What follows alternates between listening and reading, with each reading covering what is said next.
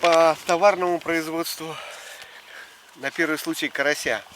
Это надо очистить озеро от гальяна, например. Он очень большую, сорная рыба, очень большую конкуренцию создает. А чтобы его куда-то девать, надо развивать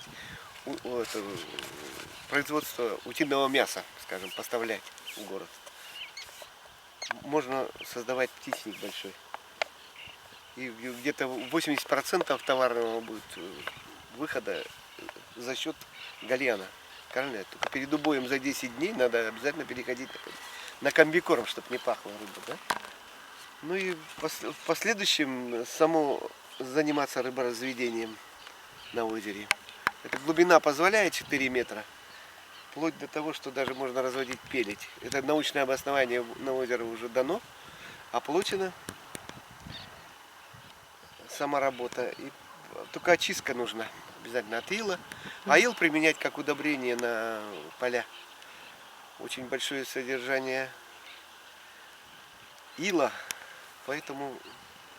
А за какие средства, за какой срок планируете такую работу провести?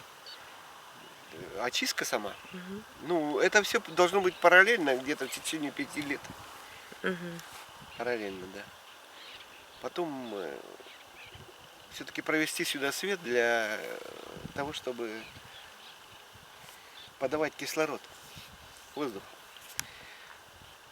на озеро. Так как здесь наступает голодание по кислороду. Я здесь родился, вырос. Это озеро кормило людей в годы войны. Гальян, карась.